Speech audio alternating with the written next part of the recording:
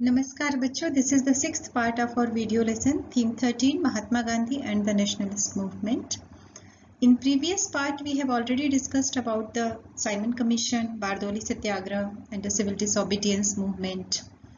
In the civil disobedience movement, we discussed about the role of salt Satyagraha, second round table conference, first round table conference and the last phase of the civil disobedience movement. After all these, this is our next part, and in this part we will discuss about the events after that.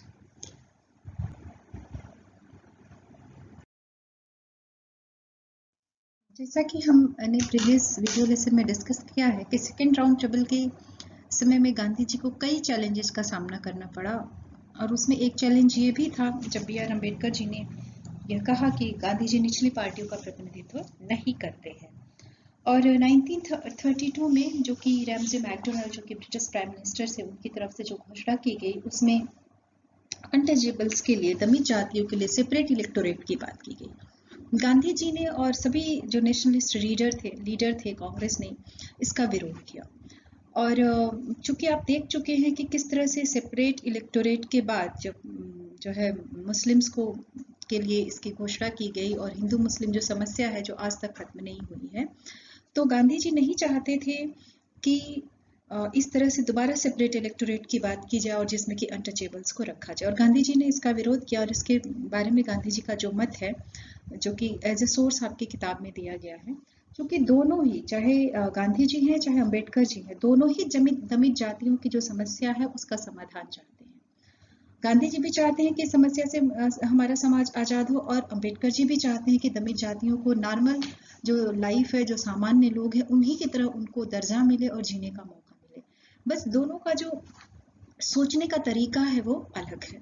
तो गांधी जी कहते हैं कि अगर अस्पृश्यता को इस तरह से पॉलिटिकल आइडेंटिटी दी जाएगी, उसको सेपरेट इलेक्टोरेट के तहत उसको अवसर दिया जाएगा, तो अस्पृश्यता हमेशा बरकरार रहेगी। और हम नहीं चाहते कि जो अनटचेबिलिटी है या इस तरह की जो समस्याएं हैं वो समाज में मौजूद रहे। तो इस अनटचेबिलिटी को अगर हम खत्म कर दें तो सेपरेट इलेक्टोरेट की कहाँ ज़रूरत है। तो ये गांधी जी का जो है विचार था। और अम्बेडकर जी का जो विचार था, जैसा कि आप इसमें देखेंगे, अम्बेडकर जी कहते हैं कि जो हमारी जातियां हैं, जो दमित जातियां हैं, वो इस कदर उनको जो हिंदू रूढ़िवादिता है उसने इस कदर इसको दबा के रखा है कि इसको इस जाति को तरक्की करने का या इस जाति को अपने आप को स्थापित करने का कोई अवसर ही नहीं है। इसके लिए सारे दरवाजे बंद हो चुके हैं। इसलिए राजनीतिक सत्ता में इसकी भागीदारी अत्यंत आवश्यक है और इसकी रक्षा होनी चाहिए। तो जो राजनीतिक सत्ता में भागीदारी है उसका गांधी जी विरोध नहीं करते हैं, बल्कि गांधी जी सेपरेट इलेक्टोरेट के तरीके से जो भागीदारी है उसका विरोध करते हैं। तो इस तरह से गांधी जी और अम्बेडकर जी के बीच में एग्रीमेंट होता है, जिसको कि पूना पैक्ट के नाम से जाना जाता है। और इस एग्रीमेंट के तहत जो है ये निर्णय लिया जाता है कि सेपरेट इलेक्टोरेट का जो प्रावधान है उसे खत्म किया जाएगा, और जो हिंदूज हैं वो अनटचेबिलिटी का बिहेवियर नहीं करेंगे, अनटचेबिलिटी का खात्मा होगा। और बजट में जो है इस सेक्शन को एजुकेशन के लिए और दूसरे जो फाइनेंशियल सपोर्ट है वो किए जाएंगे। साथ में रिजर्वेशन दिया जाएगा, और रिजर्वेशन की जो सीट है वो सेपरेट इलेक्टोरेट की सीट से कहीं ज़्यादा है। तो इस तरह से एक एग्रीमेंट के द्वारा इस समस्या का समाधान किया गया।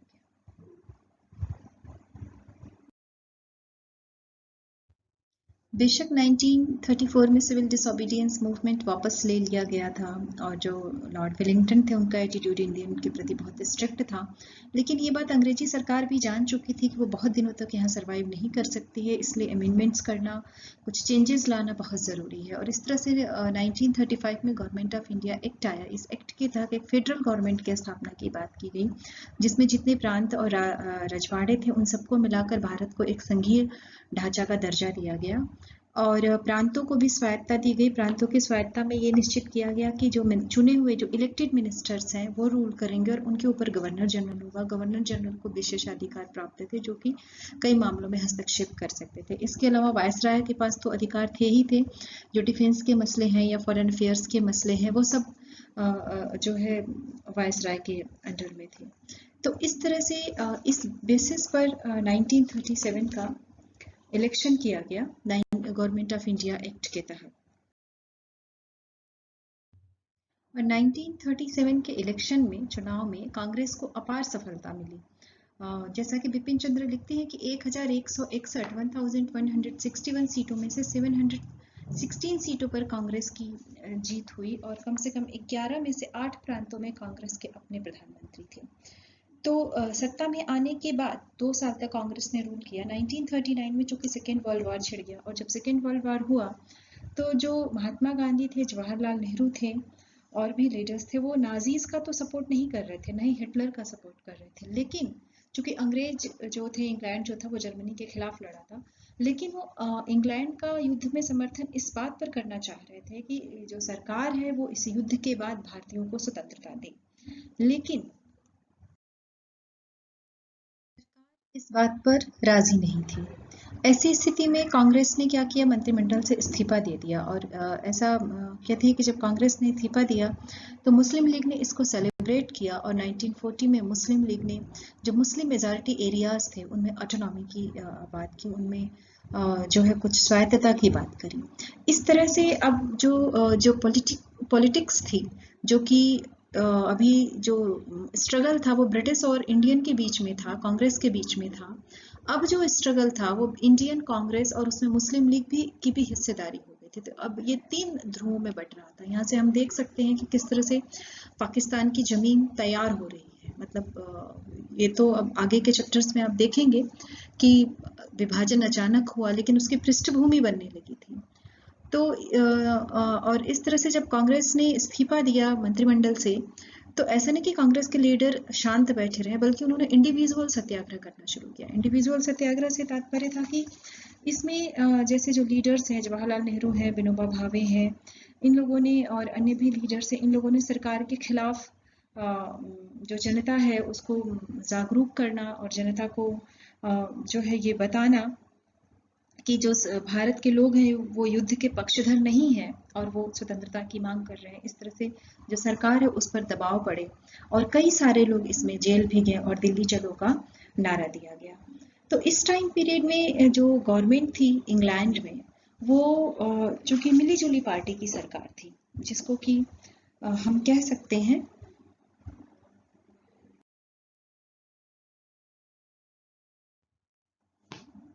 All parties government. और इस गवर्नमेंट में जो लिबर पार्टी के मेंबर थे, जो कि इंडियंस के प्रति सहानुभूति रखते थे, सुधारों में विश्वास करते थे, और वहीं conservative prime minister Winston Churchill, इनका रवैया इम्पीरियलिस्ट था, साम्राज्यवादी था और स्ट्रिक्ट था। और उनका मानना था कि हम उनको कट्टर साम्राज्यवादी कह सकते हैं। और उनका मानना था कि उनको इसलिए मंत्री नहीं नियुक्त किया गया है कि साम्राज्य के टुकड़े टुकड़े हो जाए, यानी कि टुकड़े टुकड़े हो जाए नहीं, अगर भारत अलग होता है तो टुकड़े टुकड़े ही होंगे। तो इस तरह से भारत की स्वतंत्रता के बारे में तो वो नहीं सोच रहे हैं।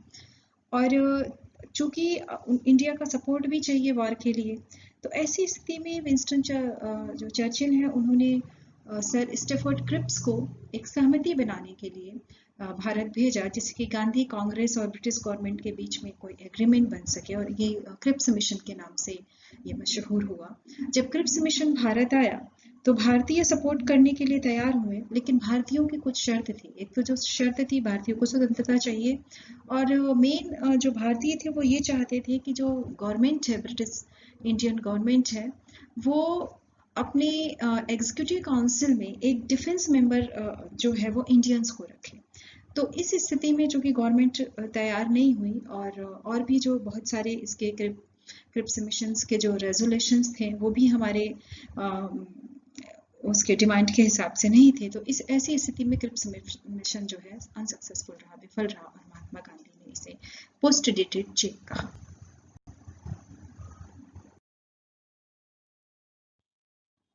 क्रिप्स मिशन की असफलता के बाद गांधी जी के नेतृत्व में एक दूसरे जन आंदोलन की शुरुआत की गई, जिसे हम क्विट इंडिया मूवमेंट या भारत छोड़ो आंदोलन के नाम से जानते हैं। और इसका पूरा मसविदा तय किया गया। क्योंकि इस आंदोलन की ज़रूरत क्यों पड़ी? सबसे पहली बात तो क्रिप्स मिशन की असफलता से ये जाहिर हो चुका था कि अंग्रेज न तो स्वतंत्रता देने के लिए राजी हैं, न ही इंडियंस के साथ किसी भी सम्मानजनक संधि के लिए राजी हैं, क्योंकि जो भारतीयों का पक्ष था उसको एकदम से अस्वीकार कर दिया गया। और युद्ध के दौरान कीमतें बहुत तेजी से बढ़ रही थी, लगातार महंगाई बढ़ रही थी, और जो अंग्रेज हैं, अंग्रेज की जो नीतियां हैं उससे उनके प्रति आस्था तो थी ही नहीं, लेकिन एक भय का भी माहौल बन रहा था। जिस तरह से अंग्रेजी सरकार ने मलाया में या बर्मा में सेकेंड वर्ल्ड वॉर के टाइम पीरियड में युद्ध की स्थिति को देखते हुए गोरी बस्तियों को तो खाली करवा लिया, लेकिन जो आम जनता थी उसको वहीं छोड़ दिया। तो ऐसा लगने लगा था कि अगर भारत के साथ ऐसा होगा तो यहाँ भी यही होगा कि अंग्रेज सबसे पहले अपनी सुरक्षा का ध्यान रखेंगे। और लोगों की आस्था अंग्रेजों से इतनी ज़्यादा हट चुकी थी, ये भी लग रहा था कि शायद अंग्रेज इस युद्ध में हार जाए, अंग्रेजी सरकार, तो लोग बैंकों से अपना पैसा भी निकालने लगे थे। तो मतलब एक तरह से जो जनमानस था वो भी तैयार था, और हर हालत में अब हमारे पास एक ही रास्ता था, वो था अंग्रेजों का भारत छोड़ करके जाना।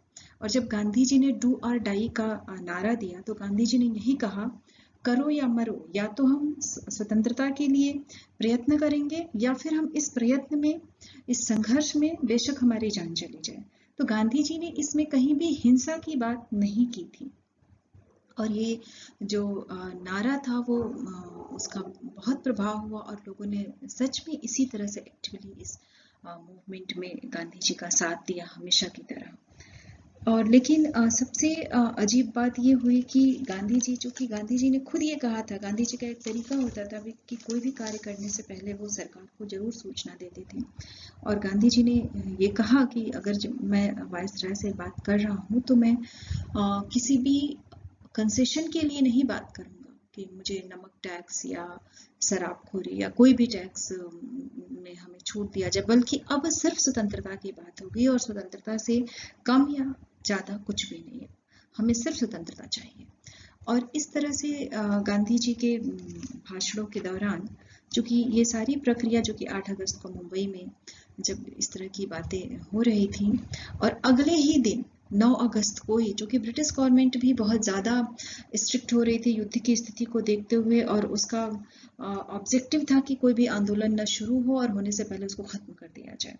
तो गांधी जी सहित सभी बड़े नेताओं को गिरफ्तार कर लिया गया और उनको नजरबंद कर दिया गया। ऐसी स्थिति में जनता का उग्र होना स्वाभाविक था, और बहुत सारी जगहों पर हड़तालें हुई, तोड़फोड़ हुआ, ब्रिटिश सरकार ने बुरी तरह से आंदोलन को कुचलने का प्रयास किया गया, निहत्थी जनता पर गोली चलाई गई, और बहुत सारे नेताओं ने भूमिगत रह करके काम इसमें किया। औरतों की जो भागीदारी थी वो और बेहतर हम 1942 के मूवमेंट में देखते हैं, जैसा कि आप इस पिक्चर में देखेंगे।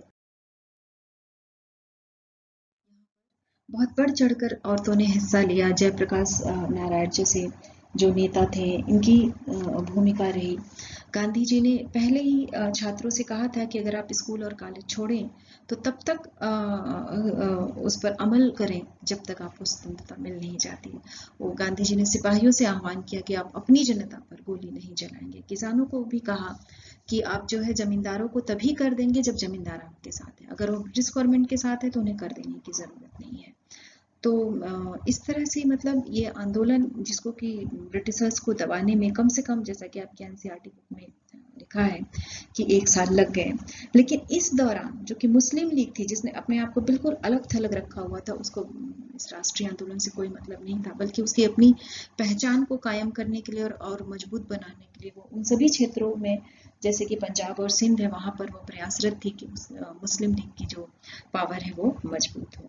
और विश्व युद्ध समाप्त होने के बाद 1944 में गांधी जी को जेल से रिहा किया गया। गांधी जी ने इस दौरान अनशन भी किया, उपवास भी जारी रखा, क्योंकि अंग्रेज सरकार बार बार गांधी जी पर दबाव डाल रही थी कि गांधी जो हिंसा हो रही है उसकी जिम्मेदारी ले।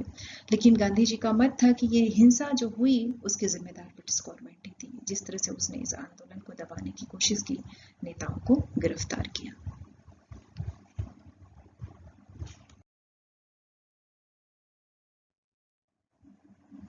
सेकेंड वर्ल्ड वॉर ख़त्म हो चुका था और 1945 में लेबर पार्टी की सरकार बनी ब्रिटेन में। लेबर पार्टी जो कि शुरू से इंडिया के प्रति उसका जो रवैया था वो नरम था और लेबर पार्टी चाहती थी कि अब भारत को स्वतंत्रता दे दी जाए, क्योंकि उसके कई सारे कारण थे। एक तो इंटरनेशनल प्रेशर था और खुद जिस तरह से भारत में आंदोलन हो रहे थे, तो ये ब्रिटेन को भी पता चल चुका था कि अब और ज़्यादा यहाँ पर शासन नहीं किया जा सकता। तो इन बहुत सारे कारणों को ध्यान में रखते हुए जो अगले वायसराय थे लॉर्ड वॉवेल, उनकी मध्यस्थता में लीग और कांग्रेस के बीच में, चूंकि हम पहले डिस्कस कर चुके हैं कि अब जो भारत का पॉलिटिकल सिनारियो था वो तीन लोगों के बीच में आ चुका था, अंग्रेज, मुस्लिम लीग और कांग्रेस। तो वॉवेल ने मध्यस्थता निभाई कि जिससे एक आम सहमति बन सके कि सत्ता का किस तरह से हस्तांतरण किया जाए, लेकिन कुछ सक्सेस मिल नहीं पाया। और 1946 में अगेन जब प्रोविंशियल इलेक्शन हुए, तो इसमें हम देखते हैं कि लीग को बहुत बड़ी सफलता मिली, क्योंकि वो स्थिति जो लीग की 1937 के इलेक्शन में थी, अब वो बहुत बेहतर कंडीशन में थी और लीग ने उसके लिए मेहनत भी किया था। जैसा कि हमने देखा कि 1942 में जब पूरा देश आंदोलन कर रहा था, उस वक्त लीग अपनी पकड़ मजबूत कर रही थी। 1946 के इलेक्शन में जो जनरल कॉन्स्टिट्यूंसी थी, जहां से कांग्रेस के लीडर थे, 91.3% वोट जो है कांग्रेस को मिला। लेकिन जो सीटें लीग के लिए रिजर्व की गई थी, मुस्लिम लीग के रिजर्वेशन में थी, उन सभी जो सीटें हैं वहां पर जो है कम से कम 86% जो लीग को सफलता मिली और इस तरह से मुस्लिम वोट का उसे 442 आउट ऑफ 509 सीट्स मिला। तो ये लीग की बहुत बड़ी सफलता थी। और अब लीग जो कि सेकेंड राउंड ट्रिपल में जिस तरह से लीग ने दावा किया था कि मुसलमानों का प्रतिनिधित्व करती है, निश्चित रूप से वो नहीं करती थी उस समय, लेकिन अब ऐसा लीग दावा कर सकती थी। क्योंकि अब ये तीन ध्रुव सामने आ चुके थे, अंग्रेज, कांग्रेस और लीग। तो गवर्नमेंट ने, ब्रिटिश गवर्नमेंट ने कैबिनेट मिशन प्लान 1946 में भारत भेजा, और जिसका उद्देश्य यही था कि भारत के बारे में एक निश्चित सहमति बन पाए। तो कैबिनेट मिशन प्लान के तहत भारत को मिशन प्लान की असफलता के बाद मोहम्मद अली जिन्ना ने डायरेक्ट एक्शन डे का ऐलान किया 16 अगस्त 1946 को, और पूरे प्लानिंग के तहत कोलकाता में दंगा हुआ, जिसमें बहुत सारे लोग मारे गए। और भयानक बात यह है कि यह दंगा कई दिनों तक चलता रहा और धीरे धीरे पूरा उत्तर भारत इसकी चपेट में आ गया। असम, बिहार, उत्तर प्रदेश, पंजाब, सब जगह जो है सब हिंदू, मुसलमान, सिख एक दूसरे को मारते रहे और देश जलता रहा, खून की होली चलती रही। और इस तरह से स्थिति सबसे भयानक ये थी कि ये नहीं पता था कि सत्ता किसके हाथ में है। अंग्रेज इस स्थिति को नहीं संभाल पा रहे थे या नहीं संभालना चाहते थे, हम कुछ भी कह सकते हैं। जो कांग्रेस और मुस्लिम लीग के नेता थे, वो सत्ता हस्तांतरण के लिए मीटिंग में व्यस्त थे और अंग्रेज देश छोड़कर जाने की तैयारी में लगे हुए थे। और ऐसी स्थिति में जनता आपस में कट मर रही थी। हिंदू पुलिस हिंदू का साथ दे रही थी, मुस्लिम पुलिस मुस्लिम का और सिख पुलिस सिख का। यही बचाव का तरीका था। और यह 1947 तक, एक साल तक यह चलता रहा। और पार्टीशन के बाद भी किस तरह से, विभाजन के समय और उसके बाद किस तरह से दंगे हुए, वो सब भी आप आगे के चैप्टर्स में देखेंगे। तो माउंटबेटन अगेन वायसराय बनकर आते हैं वॉवेल की जगह पर, और एक बार पुनः ये कोशिश होती है कि कोई एग्रीमेंट बन जाए, लेकिन जो बीज ऑलरेडी ब्रिटिश यहाँ पर बो चुके थे सांप्रदायिकता का, जिसमें देश इस वक्त जल रहा था, तो अब कोई समाधान संभव नहीं था। और इस प्लान के साथ कि भारत को स्वतंत्र किया जाएगा, लेकिन पाकिस्तान के साथ, यानी भारत का विभाजन तय हो गया। और इस विभाजन की जो रूपरेखा तैयार करनी थी, जो बाउंड्री लाइन तैयार करनी थी, इसकी जिम्मेदारी दी गई जज सर सिरिल रेडक्लिफ को, जो कि इंग्लैंड के थे। और जज सिरिल रेडक्लिफ एक ऐसे व्यक्ति थे जो न तो भारत की सरजमी से परिचित थे, न वो कभी भारत आए थे।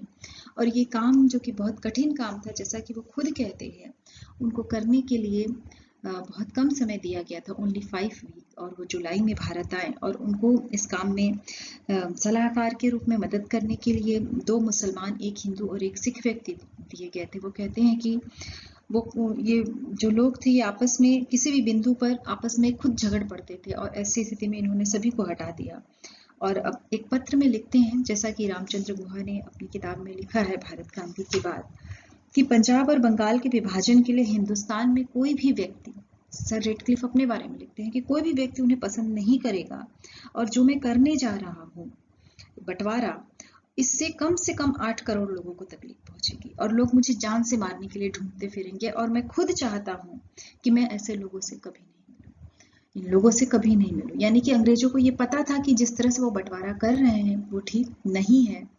और ऐसी स्थिति में जो कि 16 अगस्त को सीमा निर्धारित कर दिया गया और 15 अगस्त को भारत को जो है आज़ादी दी गई। 15 अगस्त का जो दिन था वो निर्धारित किया गया, 15 अगस्त 1947 का दिन सत्ता हस्तांतरण के लिए, जिसको कि हम स्वतंत्रता दिवस के रूप में इस दिन को मनाते हैं। और इस दिन का चुनाव इसलिए किया गया, जैसा कि रामचंद्र गुहा सेम किताब में लिखते हैं भारत गांधी के बाद, कि ये जो दिन था, इस दिन जो है द्वितीय विश्व युद्ध में मित्र राष्ट्रों के समक्ष जापानी सेना ने कि आत्मसमर्पण की दूसरी बरसी थी। इसलिए अंग्रेजों के लिए, जो साम्राज्यवादी लोग थे, उनके लिए ये दिन खास था। अगर भारतीयों से पूछा जाता तो शायद हम 26 जनवरी की बात करते, क्योंकि हमने स्वतंत्रता दिवस की बात 26 जनवरी को ही की थी और हमारा फर्स्ट इंडिपेंडेंस डे जो था वो 26 जनवरी 1930 को मनाया गया था। तो हम उस दिन ही स्वतंत्रता लेना पसंद करते। लेकिन अंग्रेज अब इतने दिनों तक यहाँ रुकना भी नहीं चाह रहे थे और इस तरह से 15 अगस्त को निर्धारित किया गया। लेकिन भारत में जो ज्योतिषियों ने बताया कि 15 अगस्त का दिन शुभ नहीं है, इसलिए बेहतर ये समझा गया कि 14 अगस्त की रात से ही तैयारियां शुरू कर दी जाए। और जो समारोह की शुरुआत थी वो रात के 11 बजे से ही शुरू हो गया। मतलब मैं 14 अगस्त की बात कर रही हूँ, 14 अगस्त भारत के स्वतंत्रता की बात हो रही है। और वंदे मातरम गीत गाया गया। उसके बाद 2 मिनट के लिए मौन रखा गया उन सभी लोगों के लिए जिन्होंने इस आंदोलन के दौरान, इस आज़ादी की लड़ाई के दौरान कुर्बानी दी थी। उसके बाद जो है भाषण का दौर चला, और जब नेहरू जी ने भाषण दिया, नेहरू जी को, पंडित जवाहरलाल नेहरू को भारत का प्रथम प्रधानमंत्री नियुक्त किया गया, और उनका जो भाषण था वो ऐतिहासिक बन गया, जिसमें वो कहते हैं कि मध्य रात्रि की इस बेला में जब पूरी दुनिया नींद के आगोश में सो रही है, हिंदुस्तान एक नई जिंदगी और आज़ादी के वातावरण में अपनी आंख खोल रहा है। और यह एक ऐसा क्षण है जो कि इतिहास में बहुत ही कम प्रकट होता है, जब हम अपने पुराने युग से नए युग में प्रवेश करते हैं, जब एक युग खत्म होता है और जब एक देश की बहुत दिनों से दबाई गई आत्मा अचानक अपनी अभिव्यक्ति पा लेती है। और इस तरह से अंदर जो नेहरू जी का भाषण चल रहा था और बाहर सड़कों पर जनता जश्न मना रही थी, हिंदू मुसलमान सिख सभी आज़ादी का खुशियां मना रहे थे। और इस तरह से 15 अगस्त को भारत को आज़ादी मिल गई 1947। मिशन प्लान की असफलता के बाद मोहम्मद अली जिन्ना ने डायरेक्ट एक्शन डे का ऐलान किया 16 अगस्त 1946 को, और पूरे प्लानिंग के तहत कोलकाता में दंगा हुआ, जिसमें बहुत सारे लोग मारे गए।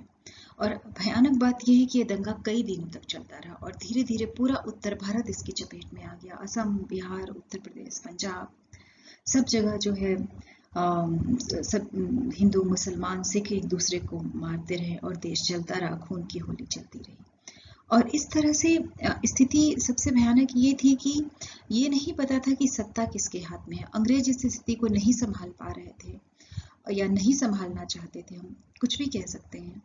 जो कांग्रेस और मुस्लिम लीग के नेता थे वो सत्ता हस्तांतरण के लिए मीटिंग में व्यस्त थे और अंग्रेज देश छोड़कर जाने की तैयारी में लगे हुए थे। और ऐसी स्थिति में जनता आपस में कट मर रही थी। हिंदू पुलिस हिंदू का साथ दे रही थी, मुस्लिम पुलिस मुस्लिम का और सिख पुलिस सिख का। यही बचाव का तरीका था।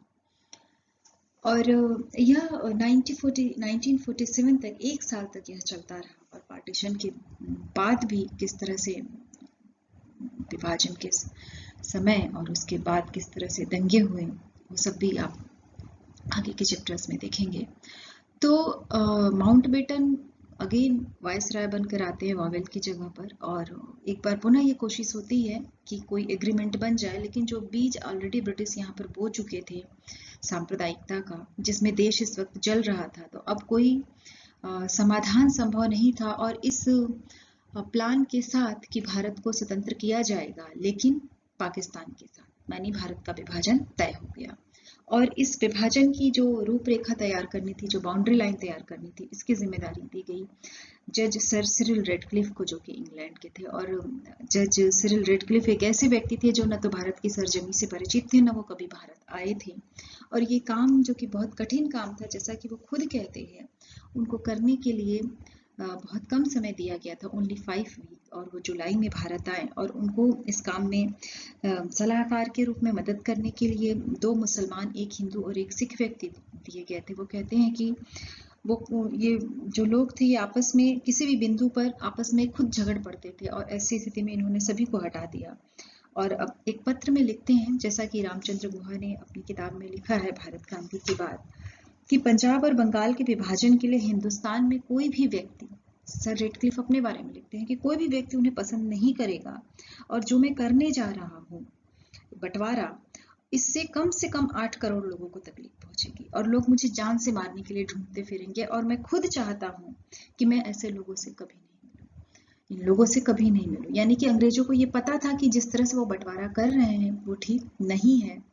और ऐसी स्थिति में जो कि 16 अगस्त को सीमा निर्धारित कर दिया गया, और 15 अगस्त को भारत को जो है आज़ादी दी गई। 15 अगस्त का जो दिन था वो निर्धारित किया गया, 15 अगस्त 1947 का दिन सत्ता हस्तांतरण के लिए, जिसको कि हम स्वतंत्रता दिवस के रूप में इस दिन को मनाते हैं।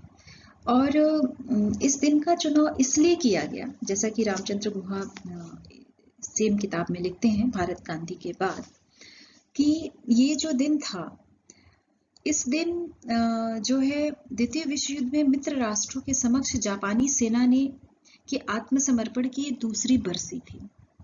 इसलिए अंग्रेजों के लिए, जो साम्राज्यवादी लोग थे, उनके लिए ये दिन खास था।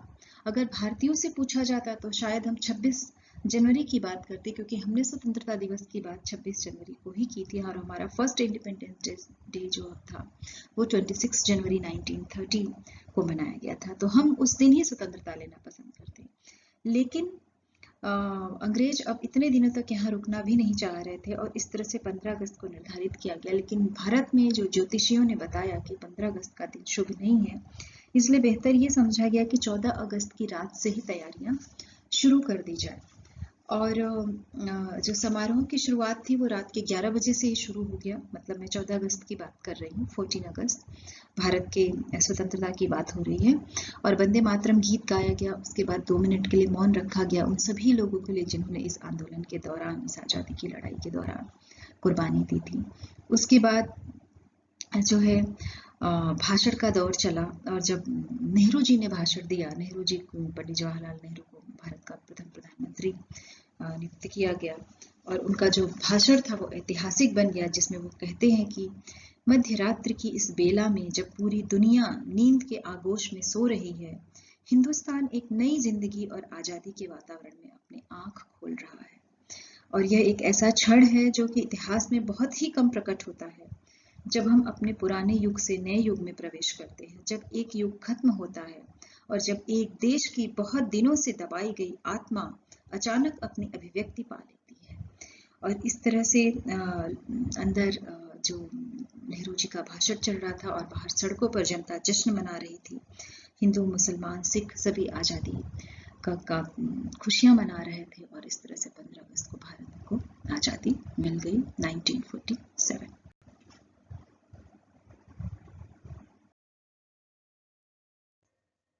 इस प्रकार इस वीडियो लेसन में हम सेपरेट इलेक्टोरेट के साथ 1935 से लेकर 1947 तक होने वाली सभी घटनाओं का एक क्रमिक अध्ययन करते हैं, और हम पाते हैं कि भारत को आज़ादी तो मिली, लेकिन एक खूनी संघर्ष के बाद मिली।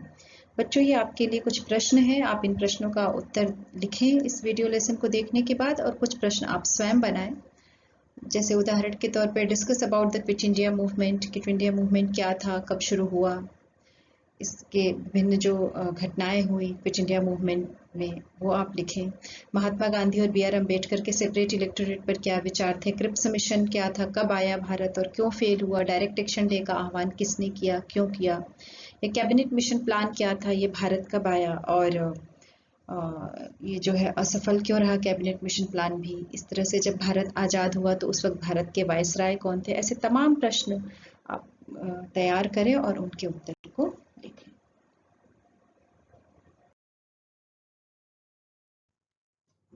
इस प्रकार पार्ट 6 यहाँ ख़त्म होता है। इस चैप्टर के आखिरी टॉपिक के लिए आप अगला वीडियो लेसन पार्ट 7 देखें। Thank you so much.